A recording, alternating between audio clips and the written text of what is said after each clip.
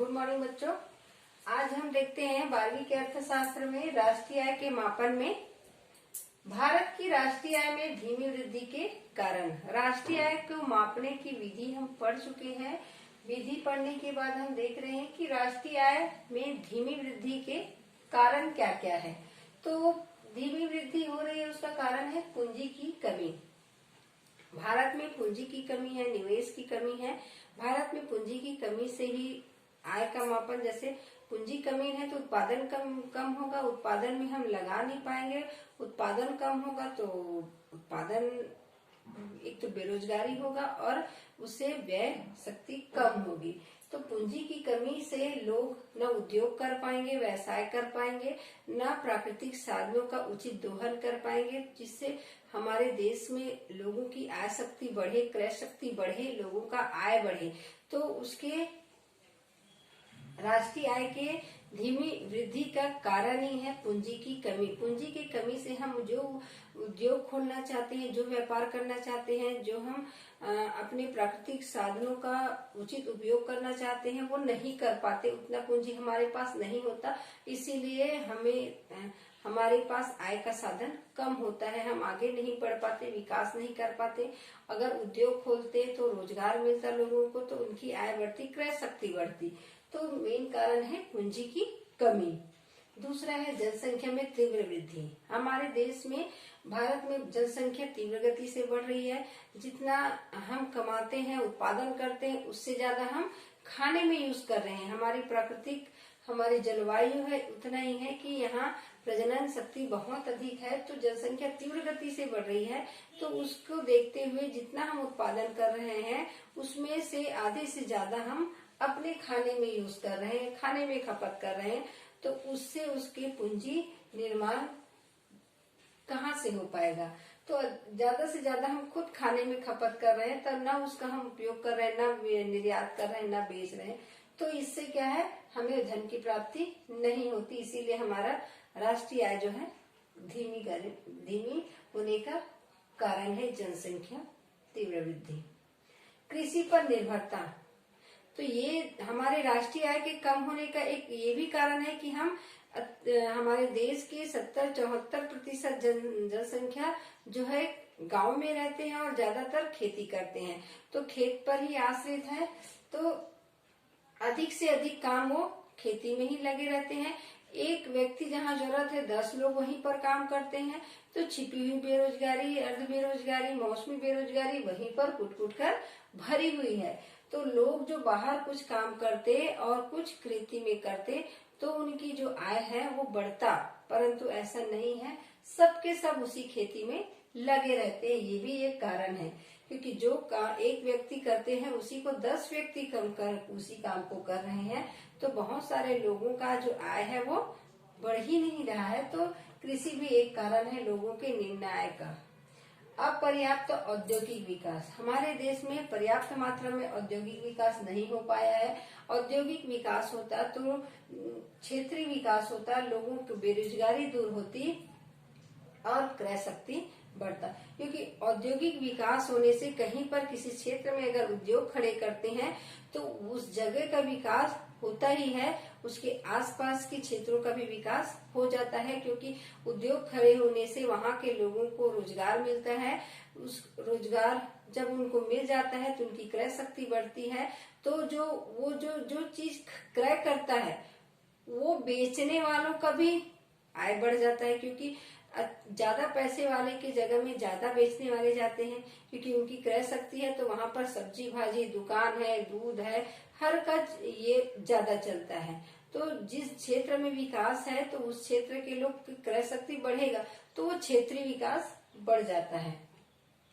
तो ये भी एक कारण है। 5वां है अंग संरचनाओं का अपर्याप्त विकास। अंग संरचना जो उस पर आधारित है, लोहा इस्पात, जो संरचनात्मक विकास जो है वो नहीं हो पाता है, तो उनका विकास अपर्याप्त है। जो हमारे पास प्राकृतिक रूप में जो है लौह अयस्क है, संचार के साधन है, उनका हम ज्यादा से ज्यादा विकास नहीं कर पाते हैं, ज्यादा से ज्यादा उसका उपयोग नहीं कर पाते हैं, मतलब उसका उत्पादन नहीं कर पाते हैं। तो इस कारण से भी हमारे आय, राष्ट्रीय आय कम है, क्योंकि जितना हमारे पास लौह अयस्क है उसका हम उपयोग करते, उसको बनाते, मशीन बनाते, उसका पक्का लोहा बनाते, तैयार करते, तो हमारे पास कच्चे माल की कमी नहीं है, उसका मूर्त रूप हम दे नहीं पाते हैं। ये भी एक कारण है। तकनीकी पिछड़ापन, तकनीकी दृष्टि से हमारा देश जो है बहुत पिछड़े हुए हैं।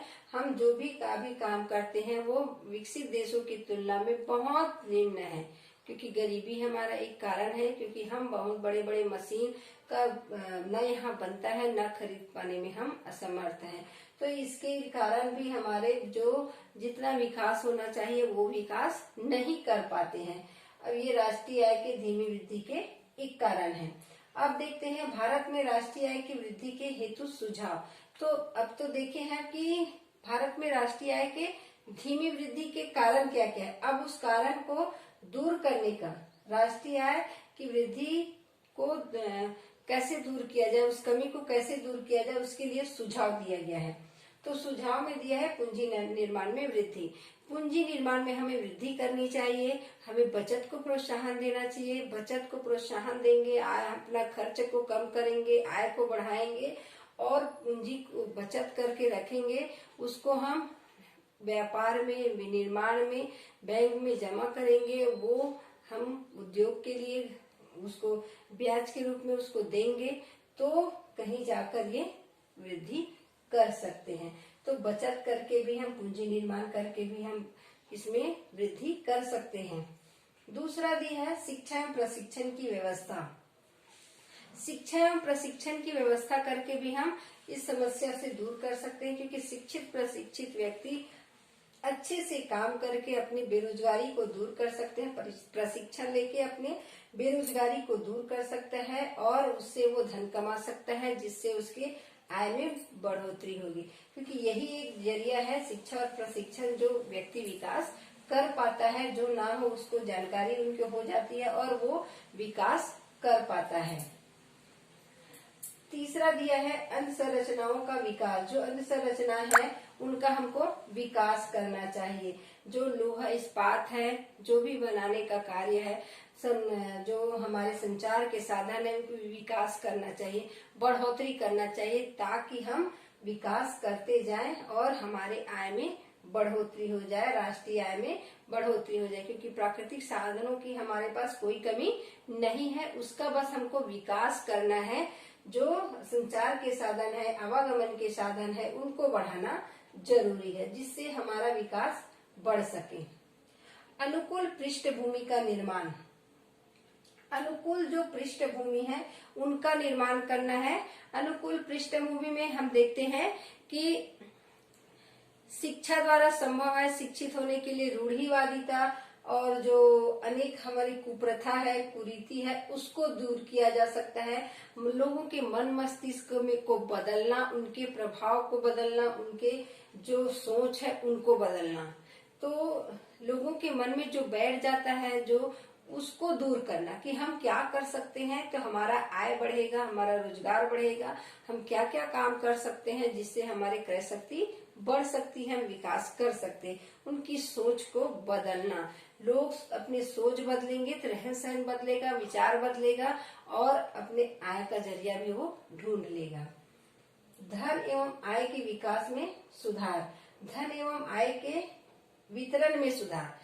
सरकार को चाहिए कि धन एवं आय के वितरण में सुधार लाना चाहिए। धनी व्यक्ति से इस प्रकार की कर लेने की व्यवस्था करना चाहिए कि उनका धन अच्छे से मिले और जो निर्धन है उसमें इस प्रकार वितरण करे कि किसी प्रकार की किसी को कमी ना हो, किसी को किसी प्रकार की कोई शिकायत ना हो। अमीर और गरीब का जो फासला है वो ज्यादा ना हो, दोनों में समानता रहे, ज्यादा जो खाई है वो ना रहे।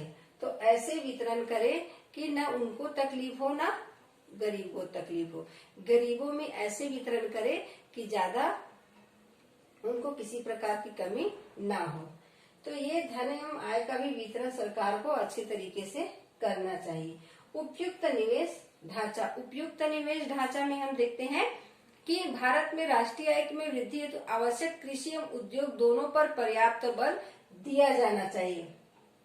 दोनों पर निवेश उपयुक्त करना चाहिए, क्योंकि जो हम कृषि कार्य करते हैं वही उद्योग का एक मेन आधार है सोचेंगे, क्योंकि कृषि उद्योग के लिए कच्चा माल कौन देता है? कृषि देता है। तो आधार, उद्योग का आधार कौन है? कृषि है। तो कृषि को और उद्योग को दोनों को समान देना चाहिए, क्योंकि अगर कृषि का आधुनिकीकरण होगा, विकास होगा, तो उद्योग का विकास होगा, क्योंकि कच्चा माल कृषि से ही उसको प्राप्त होगा। कृषि का विकास होगा तो उद्योग का विकास ऐसे ही हो जाएगा। लोगों को रोजगार मिलेगा, लोगों को रोजगार मिलेगा, क्रय शक्ति बढ़ेगी, क्रय शक्ति बढ़ने से आय बढ़ेगा, आय बढ़ने से राष्ट्रीय आय बढ़ जाएगा। तो ये रहा हमारा भारत में राष्ट्रीय आय में वृद्धि हेतु सुझाव। कि सुझाव देने का मतलब ये है कि क्या हम कर सकते हैं जिससे राष्ट्रीय आय बढ़ सकता है। लोगों के सोच में परिवर्तन, क्या क्या कार्य, कौन सी बुराई है, कौन सी कमी है, तो कौन सी कमी को हमको दूर करना है, तो दूर करने से ये काम हमको सही तरीके से हो सकता है।